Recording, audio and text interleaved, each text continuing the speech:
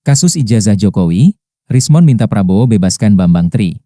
Kita uji pemerintahan Prabowo. Pakar forensik digital Rismon Sianipar meminta Presiden Prabowo Subianto membebaskan Bambang Tri, terpidana kasus ijazah mantan Presiden Joko Widodo, Jokowi. Pada tahun 2023 Bambang Tri divonis 6 tahun penjara oleh Pengadilan Negeri, PN, Solo, Jawa Tengah, setelah dinyatakan bersalah karena menyebarkan ujaran kebencian mengenai ijazah Jokowi. Pak Prabowo, gimana ini?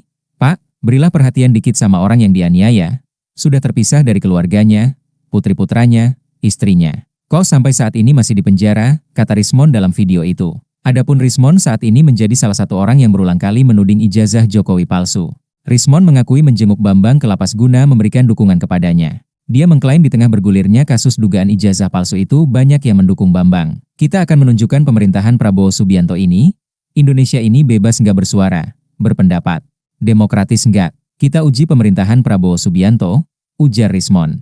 Menurut Rismon, jika dia diadang di jalan atau lapas, itu artinya di Indonesia saat ini seseorang tidak bisa aman berpendapat. Kita suarakan supaya Pak Prabowo Subianto mendengar karena pada era post-truth ini hoaks harus dilawan, ucap Rismon. Dia menyebut pemerintahan Prabowo saat ini berat sekali membenahi yang ada di negeri ini. Video lain yang diunggah di kanal Bali G Academy memperlihatkan Rismon telah tiba di lapas Sragen. Dia lalu mematikan kamera karena tidak diperbolehkan digunakan saat membesuk Bambang. Sebelumnya, Rismon mengaku tidak mempercayai hasil analisis pusat laboratorium forensik tentang ijazah Jokowi. Dia mengatakan rekam jejak di 4 kasus membuat Rismon Sianipar tak percaya Puslap 4. Jejak pertama yang disorot Rismon adalah saat polisi menangani kasus Vina Cirebon.